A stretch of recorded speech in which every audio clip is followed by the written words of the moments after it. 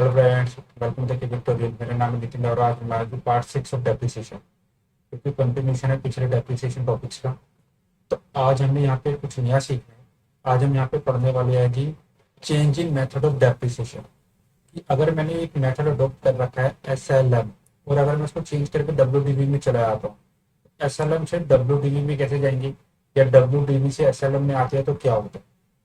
और तो ये इतना इंपॉर्टेंट नहीं है, क्लास 11 के लिए इतना रेलिवेंट नहीं है, बट कॉलेज वालों के लिए मस्त है ये, क्योंकि वहाँ पे 90% क्वेश्चन को इसी भी बेस पूछता है बीकॉम में। और एसओडी जितने भी स्टूडेंट के लिए तो मोस्ट इंपॉर्टेंट है ये वीडियो, तो आपको जरूर देखना। बाकी इसके लिए मैं अलग से वीडियो बनाऊंगा डिटेल के अंदर, जो प्रैक्टिकल क्वेश्चन करेंगे वहाँ पे मैं और ज्यादा डिटेल में एक्सप्लेन करूंगा। बट ये भी बहुत इंपॉर्टेंट लेक्चर है। और साथ ही साथ हमने मोस्ट इंपॉर्टेंट एक कॉन्सेप्ट और पढ़ना है इसके अंदर। कभी आपने सोचा है कि डेप्रिसिएशन सिर्फ और सिर्फ फिक्स एसेट पर क्यों लगता है, करंट एसेट पे क्यों नहीं लग रहा, जैसे स्टॉक है डेटर्स है इन पे क्यों नहीं लग रहा है ना। इस पे भी देख सकते हैं। वैसे तो साफ साफ पता लग रहा है कि फिक्स एसेट पर ही लगता है, तो इसका मतलब अगर फिक्स एसेट पर लगता है तो बाकी चीजों पे नहीं लगता। बट एक और रीजन है जो मैं यहाँ पे आपको बताऊंगा, बोलते वो भी इतना इंपॉर्टेंट नहीं है, फिर भी मैं आपको बताऊंगा कि for the purpose of knowledge की ये क्या होता है, किस लिए होता है। तो आज हम यहाँ पे दो टॉपिक कवर करने वाले हैं। एक तो यही कि change in method, and second depreciation के बारे में कि फिक्स एसेट पे क्यों लगाते हैं। तो चलिए स्टार्ट करते हैं विदाउट।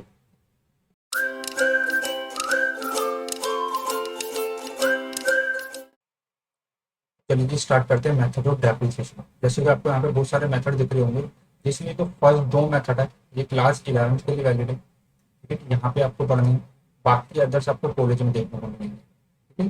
कॉलेज के लिए मैं अलग से एक्सप्लेन कर दूंगा वीडियो के अंदर, बना के मैं डाल दूंगा, वहाँ से पढ़ सकते हो, ठीक है। क्लास 11 के लिए जैसे SL1 WDB, बाकी mostly sum of digit method आपको कॉलेज में देखने को मिलेगा। डेप्रिसिएशन को सिंकिंग फंड भी कहते हैं, डिटेल में डिस्कस करेंगे, मैं कॉलेज वाली वीडियो बनाऊंगा उसके बाद, ठीक है। क्लास 11 के लिए आज हम डिस्कस करें, आज हम इसको पढ़ेंगे SLM और WDB।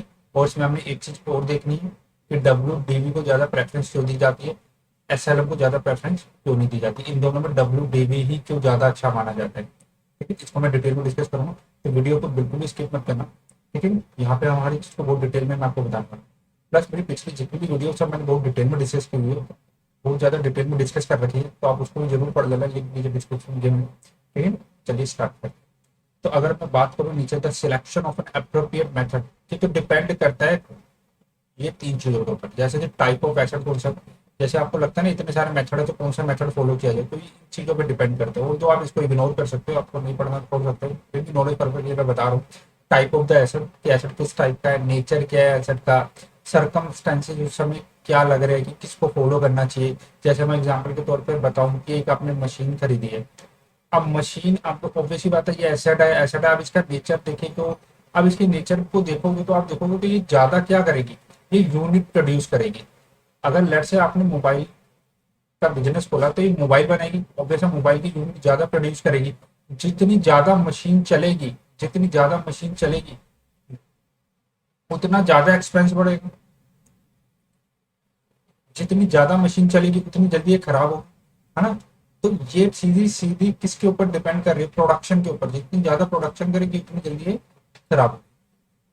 तो इसका मतलब यहाँ पे कौन सा मेथड ज्यादा बेटर रहेगा, प्रोडक्शन आवर मेथड। तो ये वाला मेथड यहाँ पे ज्यादा बेटर रहेगा कि हम प्रोडक्शन आवर मेथड को यहाँ पे फॉलो करें, तो ठीक है ना। तो इस तरीके से इसके नेचर, उस समय सर्कमस्टेंसेस क्या फॉलो करते हैं, इन सब चीजों को ध्यान में रख के इनको बनाया जाता है कि क्या नेचर है क्या टाइप है। तो ये मैंने एक एग्जाम्पल आपके साथ रखा है, ठीक है। तो इस तरीके से इसका नेचर देखा जाता है। बाकी कंपनी की डिस्क्रिप्शन, कंपनी की अपनी मर्जी होती है मैनेजमेंट की कौन से मेथड को फॉलो किया जाता है, ठीक है। कंपनी की अपनी मैनेजमेंट की पॉलिसीज होती है कि किस मेथड को फॉलो करना चाहिए, किसको नहीं करना चाहिए, ठीक है। यहाँ पे एक चीज और समझनी है कि इसमें से जैसे लेट से जो मेथड मैंने आपके सामने रखे हैं SLM WDB, अगर इसमें से आपने जो मेथड, कोई भी एक मेथड जो अडॉप्ट कर लिया, मैं इसकी बात नहीं कर रहा, इन सब में से ही कोई भी मेथड आपने जो अडॉप्ट कर लिया है,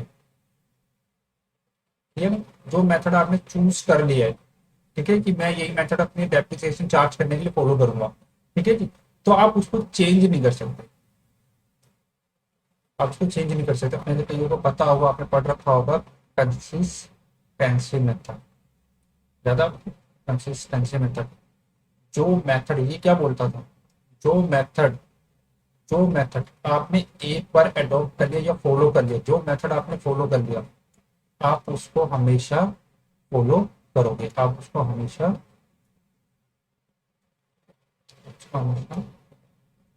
फॉलो करोगे, आप उसको हमेशा फॉलो करोगे। यही पढ़ा था, यही बताया था उसने। कंसिस्टेंसी मेथड अगर कोई याद हो, हमेशा यही फॉलो करेंगे, ठीक है जी। प्लस इसको हम कभी भी चेंज नहीं करेंगे, ये हम कभी चेंज नहीं करेंगे। जो मेथड हमने एक बार कर लिया, हम इसको बदलेंगे नहीं, ठीक है। बट कुछ ऐसी सर्कमस्टेंसेस आ गई कि आपको ये मेथड बदलना पड़ गया, है ना, कोई अनफोर्सिंग रीजन आ गया जिसकी वजह से मुझे मेथड चेंज करना पड़ रहा, तो अब क्या करेंगे? अगर आपको कोई मेथड चेंज करना है, मेथड चेंज करना है, किसका मेथड चेंज करना है जी? डेप्रिसिएशन लगाने का। जो आप डेप्रिसिएशन चार्ज कर रहे हो उसका मेथड बदलना है। एसएलएम, लेट से आप पहले एसएलएम लगाते थे, अब आप कह रहे हो मुझको एसएलएम नहीं लगाना, मुझे डब्ल्यूडीबी लगाना, ठीक है जी। या वाइस वर्सा, आप डब्ल्यूडीबी लगा रहे थे, अब कह रहे ये नहीं लगाना, मुझको एसएलएम लगाना है। तो क्या ये चेंज कर सकते हैं? तो आंसर इज यस, चेंज आप कर सकते हो। बट ये जो चेंज होगा ये प्रोस्पेक्टिवली चेंज होगा, ठीक है। प्रोस्पेक्टिवली का मतलब क्या होता है? अब आने वाले टाइम से, मतलब अब से जो डेप्रिसिएशन आप लगाना चार्ज करोगे, अब से ये आप प्रोस्पेक्टिवली लगा सकते हो, मतलब अब से आप ये वाला मेथड चूज कर सकते हो। जैसे एग्जांपल, जैसे मैं आपको बताता हूँ, जैसे मैं आपको एक एग्जांपल देता हूँ। ये अप्रैल है, ये मई, जून, जुलाई, इतनी लेते चलो एक अगस्त, ठीक है। अप्रैल में मैंने क्या किया? एसएलएम मेथड फॉलो किया। मई में भी एसएलएम किया, जून में भी एसएलएम किया, जुलाई में भी एसएलएम किया। बट अगस्त में मैंने क्या किया? मेथड चेंज करके डब्ल्यूडीबी लगा। सो अक्टूबर, सॉरी सितंबर में भी मैंने डब्ल्यूडीबी, अब आगे से मैं डब्ल्यूडीबी फॉलो कर रहा हूँ, देख रहे हो आप। तो यहाँ पे अब क्वेश्चन ये है कि यहाँ तक तो आप एसएलएम फॉलो कर रहे थे, यहाँ पे आके आपने डब्ल्यूडीबी फॉलो कर दिया, तो ठीक है, डब्ल्यूडीबी आप कर सकते हो। तो ये जो चेंजेस हुई है, ये जो चेंजेस इन मेथड हुई है, ये जो आपने चेंज किया मेथड, इसकी बात करें, जो मेथड चेंज हुआ है ना, ये जो आप चेंज कर रहे हो इसको प्रोस्पेक्टिवली चेंज करना है, प्रोस्पेक्टिवली, इसी की बात कर रहे हैं। प्रोस्पेक्टिवली चेंज करना, प्रोस्पेक्टिवली मतलब आने वाले, अगर आप यहाँ से मेथड बदल रहे हो तो आने वाले टाइम पे आप नया वाला मेथड लगाओगे। अब कईयों को लग रहा होगा तो इसमें गलत क्या बोल रहे हैं, कईयों को लग रहा होगा इसमें गलत क्या बोल रहे हैं, वो तो ऑब्वियस सी बात है, अगर हमने यहाँ से मेथड चेंज किया तो आने वाले टाइम से ही करेंगे, ठीक है जी। बट नहीं, यहाँ पे एक इम्पैक्ट भी आएगा जो आपको दिख नहीं रहा। जैसे ये जो एक चीज और बताता हूँ, अगर आप यहाँ पे एसएलएम लगा रहे थे, है ना, आप देखो अप्रैल में एसएलएम लगा रहे थे, मई में भी आप एसएलएम लगा रहे थे, जून में भी, जुलाई में, यहाँ तक आपने एसएलएम को फॉलो किया, ठीक है। यहाँ पे आके आपका जो पीरियड है वो डब्ल्यूडीबी में कन्वर्ट हो गया। तो पहले जो रूल होता था ना, पहले का जो रूल होता था वो कहता था जी, आप जो है मेथड चेंज करोगे ना वो रेट्रोस्पेक्टिव से करोगे, वो रेट्रोस्पेक्टिवली से चेंज करवाता था, ठीक है। रेट्रोस्पेक्टिव मतलब बैक डेट से चेंज करोगे, मतलब जिस दिन से आपने ये मेथड फॉलो करना शुरू किया था, लेट्स से यहाँ पे अप्रैल से हमने शुरू किया था, तो आपको ये जो डब्ल्यूडीबी मेथड है ना, आप आने वाले टाइम से नहीं, प्रोस्पेक्टिव का मतलब आगे से चेंज कर सकते हो आने वाले टाइम से। बट पहले वाला लॉ जो था, ये प्रीवियस लॉ जो था, अकाउंटिंग स्टैंडर्ड न्यू वाला जो 10 है आपका, न्यू वाला, उसके आने से पहले, ठीक है, न्यू वाले अकाउंटिंग स्टैंडर्ड 10 के आने से पहले जो पुराना अकाउंटिंग स्टैंडर्ड था जी, वो था 6 अकाउंटिंग 6 डेप्रिसिएशन के ऊपर लगता था, वो कहता था जी बैक डेट से चेंज करेंगे रेट्रोस्पेक्ट। इसका मतलब आपको ये डब्ल्यूडीबी का मेथड यहाँ से चेंज करना है, मतलब आपको एसएलएम वाला हटा के यहाँ पे पहले डब्ल्यूडीबी लगाना है, यहाँ से हटा के डब्ल्यूडीबी लगाना है, एसएलएम हटा के डब्ल्यूडीबी, एसएलएम हटा के डब्ल्यूडीबी, यहाँ पे भी आपको डब्ल्यूडीबी से चेंज करना पड़ेगा, तब जाके आप यहाँ पे डब्ल्यूडीबी फॉलो कर सकते हो। बट अब क्या हुआ? अब जो नया वाला अकाउंटिंग स्टैंडर्ड 10 है या आईएएस 10 है, उसने क्या बोला जी, आप जो भी चेंजेस करोगे वो प्रोस्पेक्टिवली करोगे। बैक डेट में क्या हुआ उसको अब छोड़ो, अब नए वाले से बात करो। तो आपको तो यहां से देखना है, पीछे से कुछ लेना देना नहीं है, ठीक है जी। और जो क्लास 11th के अंदर आपको कोई मतलब नहीं है रेट्रोस्पेक्टिव प्रोस्पेक्टिवली से, बट जो कॉलेज वाले बच्चे हैं उनको ये पढ़ना, इसको मैं अलग से वीडियो में अलग से मैं इसके प्रैक्टिकल क्वेश्चन कराऊंगा, ठीक है जी, कॉलेज वाले बच्चों के लिए। क्योंकि कॉलेज के, जब आप कॉलेज में जाओगे 11th वाले बच्चे, जब आप कॉलेज में जाओगे तो आपको ये क्वेश्चन पूछा गया कि हमने मेथड चेंज कर दिया इस ईयर में आके, अब बताओ इसका इम्पैक्ट क्या होगा। क्योंकि इसमें इम्पैक्ट आएगा। लेट से अगर आपको याद हो पिछली क्लास के अंदर हमने एसएलएम से अगर डेप्रिसिएशन निकालना शुरू किया है, लेट से अगर मैं यहाँ पे 20,000 डेप्रिसिएशन लगाता था, है ना। जैसे मैं आपको यहाँ पे बताता हूँ दिक्कत कहाँ पे आएगी। लेट से मैंने कहा ये अप्रैल, ये मई, ये जून, जुलाई, अगस्त, ये था जी आपका एस एल एम मेथड, ये था आपका डब्ल्यू डी। लेट से एस एल एम से आप लगा रहे थे तो 20,000 डेप्रिसिएशन आपने लगाया, ठीक है। एस एल एम से 20 आप हर साल 20,000 लगा रहे थे, ठीक है। एस एल एम से आपका 20,000 था, लेकिन डब्ल्यू डी में मेथड चेंज हो गया। यहाँ पे आपने मेथड चेंज किया तो आपको बैक डेट से चेंज करना पड़ेगा अप्रैल से। आपने यहाँ लेट से अगस्त में आके अगर आपने यहाँ पे मेथड चेंज किया, यहाँ पे आकर चेंज कर लिया आपने मेथड, तो आपको चेंजेस कब से करनी पड़ेंगी, तो यहाँ पे चेंजेस आपको बैक डेट से करनी पड़ेगी।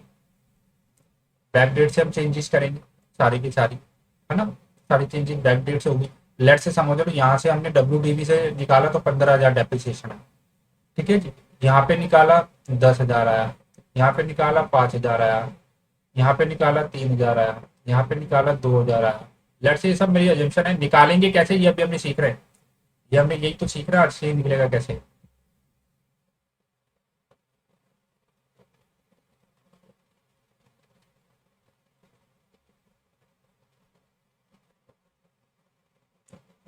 अब जरा इसका इम्पैक्ट देखो, जरा मुझे ये बताओ, जब आपने मेथड चेंज किया, आपने 20,000 लगा रहे थे, तो आपका जो प्रॉफिट एंड लॉस है, जरा यहाँ पे ध्यान दो, आपका जो प्रॉफिट एंड लॉस था, ये आपका अप्रैल का था, ये आपका मई का पी एंड एल है, ये आपका जून का, ये आपका जुलाई,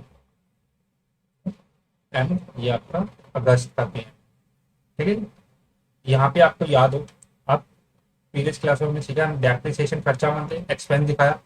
जब आप एस एल एम, ये कौन सा वाला मेथड है, एस एल एम, जब आप S L M method follow कर रहे थे तो अप्रैल में आपने यहाँ पे 20 डेप्रिसिएशन बुक किया हो, यहाँ पे, ठीक है जी, 20 ठीक है, 20,000 बुक किया होगा। बट आप कह रहे हो मैंने अगस्त से मेथड बदल दिया, यहाँ पे आपने मेथड चेंज कर लिया, यहाँ पे चेंज इन मेथड आ गया, तो इसका मतलब ये वो यहाँ पे अब जो डेप्रिसिएशन, अब वो अगर हम डेप्रिसिएशन यहाँ पे लगाए, ये देखो अब कितना आना चाहिए था, ये क्या अब एज पर डब्ल्यू डी बी के अकॉर्डिंग कितना आना चाहिए था, 15,000, यहाँ पे 10,000, यहाँ पे 5,000, यहाँ पे 3,000, यहाँ पे 2,000। कुछ समझ पा रहे हो आप, कुछ समझ पा रहे हो, ये देखो आपने क्या किया, अप्रैल के अंदर 20,000 डेप्रिसिएशन बुक कर रखा है, जबकि ये कौन सा है, ये डब्ल्यू वाला है, ये एस एल एम वाला है। लेकिन एस एल एम के अकॉर्डिंग हमने 20 लगा रखा था, ये क्या था, 20,000 चार्ज कर रखा था, ये तो कर रखा था, ये 20,000 डेप्रिसिएशन चार्ज कर रखा था, ठीक है। बट होना चाहिए 15,000, आपने कर रखा 20,000 चार्ज, होना चाहिए था 15,000। इसका मतलब आपने 5,000 से, 5,000 से, 5,000 से आपने ये 5,000 रुपए से ज्यादा डेप्रिसिएशन चार्ज कर रखा, 5,000 से ज्यादा डेप्रिसिएशन चार्ज कर रखा अपने पी एंड एल से, ठीक है ना, चार्ज कर रखा। समझ पा रहे क्या इम्पैक्ट आ रहा है, आपने ज्यादा चार्ज कर रखा है। अगर आपने डेप्रिसिएशन ज्यादा दिखा रखा है तो इससे क्या होगा, आपका प्रॉफिट कम आ रहा होगा। डेप्रिसिएशन ज्यादा मतलब एक्सपेंस ज्यादा, खर्चे ज्यादा दिखाओगे तो आपके प्रॉफिट कम आएंगे, तो आपका प्रॉफिट डाउन आ रहा होगा, आपका नेटवर्क कम आ रहा होगा, ठीक है। समझ पा रहे क्या इम्पैक्ट आया, इसका मतलब ये गड़बड़ हो जाएगी। जब हम बैक डेट से प्रॉफिट को चेंज कर, सॉरी बैक डेट से जब हम पी एंड एल को इम्पैक्ट डालते हैं, या बैक डेट से जब हम डेप्रिसिएशन चेंज करते हैं तो उसका इम्पैक्ट पड़ता है ये पी एंड एल के अंदर, ठीक है जी। ये रीजन था। तो यहाँ भी देखो मई के अंदर 20,000 आपने दिखा रखा है, बट आना चाहिए था 10, इसका मतलब 10,000 रुपए से आपने ज्यादा डेप्रिसिएशन दिखा रखा है। हर महीने के अंदर आपने देखो ज्यादा ज्यादा डेप्रिसिएशन दिखा रखा है, समझ लो, ये दिक्कत आएगी, ये प्रॉब्लम आएगी, ठीक है जी। ये प्रॉब्लम आ रही थी अगर आप बैक डेट से चेंज करते हो, जैसे कि आप यहीं पे, यहाँ पे भी दिख रहा था, अगर आप इन दोनों को यहीं से माइनस कर दो, ठीक है। यहाँ पे देखो 17,000 रुपए का, सॉरी 18,000 रुपए का इम्पैक्ट आ रहा है, देख पा रहे हो। आना था 2 दिखा रखा है, 20 आपने 18,000 से ज्यादा दिखा रखा है, यहाँ पे आपने 17,000 से ज्यादा दिखा रखा है, यहाँ पे आपने 15,000 से ज्यादा दिखा रखा है, यहाँ पे भी आपने 10,000 से ज़्यादा दिखा रखा है ना, यहाँ आपने 5,000 से ज़्यादा दिखा रखा है। तो जितना भी इसका टोटल करके आएगा, ठीक है, जितना भी आएगा, लेट से मैं एग्जांपल ले रहा हूँ कि 80,000 आ रहा है, 80,000 से आपका P&L ज़्यादा आ रहा है। 80,000 में आपका डेप्रिसिएशन P&L की जो डेबिट साइड है वो ज़्यादा आ गई, मतलब खर्चा आपने ज़्यादा दिखा रखा है, जिसकी वजह से आपका नेट प्रॉफिट 80,000 से क्या आ रहा है, डाउन, क्योंकि आपने ज़्यादा P&L में चार्ज कर रखा है। तो इसलिए हम क्या करवाते थे, वो कहता था बैक डेट से चेंज करो, उसका जो इम्पैक्ट आएगा ना, ये जो प्रॉफिट अगर ज्यादा या कम जो भी आ रहा है, उस सारे इम्पैक्ट को प्रॉफिट एंड लॉस के अंदर डाल दो, ठीक है, ये होता था इसको निकाल के। बट अब क्या हो गया, अब ये सारा झंझट खत्म, ये कुछ करना ही नहीं है, अब आपको ऐसा कुछ करना ही नहीं है, ये सारी वर्किंग अब बेकार होगी, ये कुछ करना ही नहीं, क्योंकि अब बैक डेट तो कुछ चेंज ही नहीं होगा। जो चेंज करना है आपने प्रोस्पेक्टिवली करना, जो चेंज होगा जी अब प्रोस्पेक्टिवली होगा। अगस्त जिस दिन आपने मेथड चेंज किया, लेट्स से अगर आपने अगस्त से चेंज की, तो आप सितंबर, अक्टूबर, नवंबर, दिसंबर, यहाँ से आप चुपचाप यही वाला मेथड लगाना शुरू कर दो, WT पीछे क्या हुआ था उसको भूल दो, ठीक है। तो ये चेंजेस आई है, ये आपकी एक चेंजेस है जो मैंने आपके साथ डिस्कस की। जो पुराने वाला जो अकाउंटिंग स्टैंडर्ड 6 था और जो नया अकाउंटिंग स्टैंडर्ड 10 है, जिसमें एक चेंज था वो ये था सबसे बड़ा, ठीक है। और तो क्लास 11 के लिए इतना रेलिवेंट नहीं था, ठीक है, ये सारे के सारा क्लास 11 के लिए रेलिवेंट, और तो क्लास 11 वालों के लिए ये रेलिवेंट नहीं था, ये इतना इंपॉर्टेंट नहीं था, बट ये नॉलेज पर्पज के लिए था, नॉलेज देने के लिए कि आपको पता होनी चाहिए, ठीक है। बट ये आपको इतना काम का नहीं है, बट कॉलेज वालों के लिए काम का है।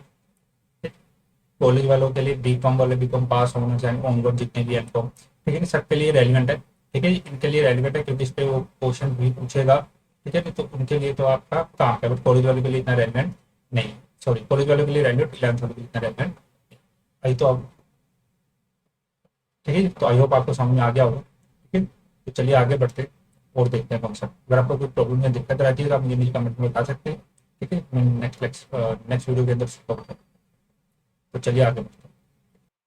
चलिए मैं नोट से वो डिस्कस कर देता हूँ। यहाँ पे लिखा है डिस्कस इन कॉलेज डिटेल, जैसे हम कॉलेज वीडियो में और भी ज़्यादा डिटेल में पढ़ेंगे। देखिए एज पर अकाउंटिंग स्टैंडर्ड 10 डेप्रिसिएशन मेथड जो शुड भी अप्लाई होगा कंसिस्टेंटली। ये जो डेप्रिसिएशन जो आपने सिलेक्ट किया मेथड, मेथड कौन से, या तो SLM या WDV। मैं अभी दो की बात कर रहा हूँ, इसमें मैं SLM और WDV डिस्कस कर रहा हूँ बार बार, कि इन दोनों में से जो भी मेथड आपने अप्लाई कंसिडर वही पीरियड टू पीरियड चलता रहेगा। पीरियड टू पीरियड का मतलब क्या है, वही अप्रैल में, वही मई में, वही जून में, वही जुलाई में, वही अगस्त में, वही सितंबर एंड ऑनवर्ड, यही चलता रहेगा, आप चेंज नहीं करोगे। मेथड जो आपने अलाउ कर लिया, किसी भी चीज सर्कमस्टेंस में चेंज होगा, अगर होगा तो कुछ रीजन होगा, वो रीजन आपको देने पड़ेंगे, ठीक है, मे भी अलाउ होगा कोई सर्कमस्टेंसेस जो भी होंगे, अगर रियल रीजन हो, जेन्युइन रीजन हो। और एज पर accounting standard method prospectively follow होगा, ये देखो लिखा है प्रोस्पेक्टिव टुडे और ऑनवर्ड, नॉट रेट्रोस्पेक्टिव, मतलब बैक डेट से चेंज नहीं करना। जो भी चेंजेस होगा आज से होगा, अकाउंटिंग स्टैंडर्ड 10 क्या रही, रेट्रोस्पेक्टिव से नहीं करना, ये भी कौन बोल रहा है, अकाउंटिंग स्टैंडर्ड 10, जबकि अकाउंटिंग स्टैंडर्ड 6 जो था वो बोलता था हम रेट्रोस्पेक्टिव करेंगे, रेट्रोस्पेक्टिवली करेंगे। अकाउंटिंग स्टैंडर्ड नहीं पता तो अलग से वीडियो बना रखे हैं, वहां पे पढ़ सकते हैं। अकाउंटिंग स्टैंडर्ड के अंदर सारे के सारे रूल्स और रेगुलेशन लिखे गए हैं, जो भी आप ये पढ़ रहे हो सारे एज पर अकाउंटिंग स्टैंडर्ड। नोट ये कि आप जितने भी चैप्टर्स पढ़ते हो अकाउंट्स के, सारे एज पर अकाउंटिंग स्टैंडर्ड होते हैं, ठीक है। सारे रूल्स और रेगुलेशन क्या करना है, कैसे करना है, सब कुछ उसके अंदर लिखा है, जो उसमें लिखा आप वैसे ही करते हो, ठीक है। तो ये अकाउंटिंग स्टैंडर्ड 6 पहले रेट्रोस्पेक्टिव बोलता था, अब ये खत्म हो गया, डिलीट हो गया, इसकी जगह अकाउंटिंग 10 आ गया, उसमें प्रैक्टिकली बोल रखा है, तो प्रैक्टिकली हम करते हैं, ठीक है? तो प्रैक्टिकली ऐसे ही करेंगे जो आपको बोला गया, ठीक है। तो यहाँ तक का मैंने डिस्कस कर दिया। अब हमारे यहाँ की मेथड ऑफ डेप्रिसिएशन, ये मैं आपके साथ नेक्स्ट वीडियो के अंदर डिस्कस करूंगा, मेथड ऑफ डेप्रिसिएशन, ठीक है जी, जिसके अंदर most important SLM and WDV में आपके साथ डिस्कस करूंगा। मोस्ट इंपॉर्टेंट वीडियो अगली वाली देखना मत भूलिएगा, ठीक है नी, और साथ ही साथ चैनल को सब्सक्राइब करना मत भूलिएगा, और वीडियो के नीचे जो है ना वहाँ पे जाके पीओ जरूर वीडियो देख लेना, ठीक है। सब्सक्राइब करना एंड फेसबुक एंड इंस्टा को भी लाइक एंड फॉलो करना, ठीक है जी। तो मिलते हैं नेक्स्ट वीडियो के अंदर, थैंक यू।